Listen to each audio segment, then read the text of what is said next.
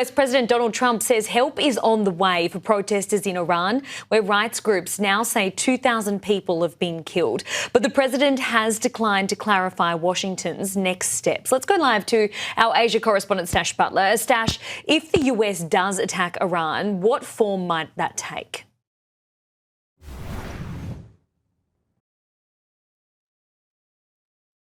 Various observers of this is that the US might decide to conduct a cyber attack on Iran, or it might decide to conduct a more traditional military strike directly on Tehran or other parts of Iran. Exactly where it would target and what material help that would provide to protesters remains to be seen. What we know is that the White House is really keeping its cards close to its chest and refusing to disclose at this point its next steps.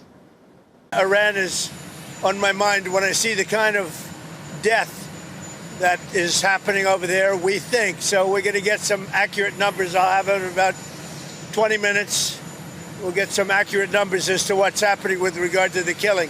The killing looks like it's significant, but we don't know yet for certain. I'll know within 20 minutes. So, and we'll act accordingly.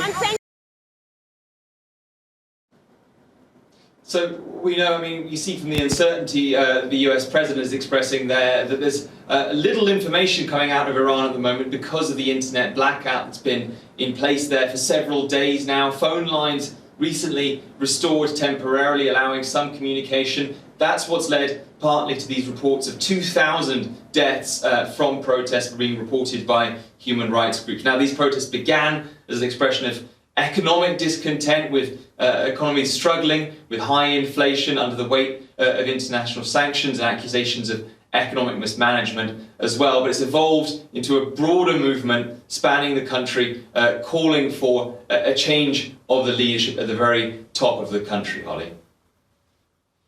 And Stash, how have other countries responded to the protests?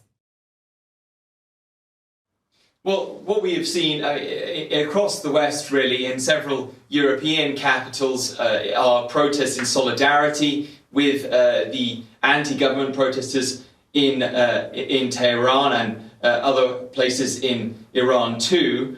We've seen strong words of condemnation from European capitals, the EU threatening to put stronger sanctions on, while there are reports from Amnesty International, among other rights groups, that Iran may begin executing protesters. That has prompted strong words also from the UN Human Rights Office, saying that's extremely worrying, but also urging countries not to instrumentalize, in its words, the ongoing protests in Iran.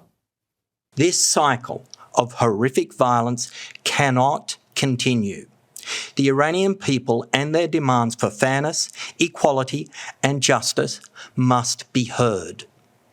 All killings, violence against protesters and other human rights violations must be investigated in line with international human rights norms and standards, and those responsible held to account. Now, authorities in Tehran have projected an image of control over the past few days. They've blamed the violence on outside external influence, and they've warned that if the US does strike Tehran or strike other parts of Iran, that would be a violation of international law, while they have threatened to retaliate if it goes ahead. But all of this is uncertain at the moment amid these very secretive discussions going on inside the White House and the Pentagon, Holly.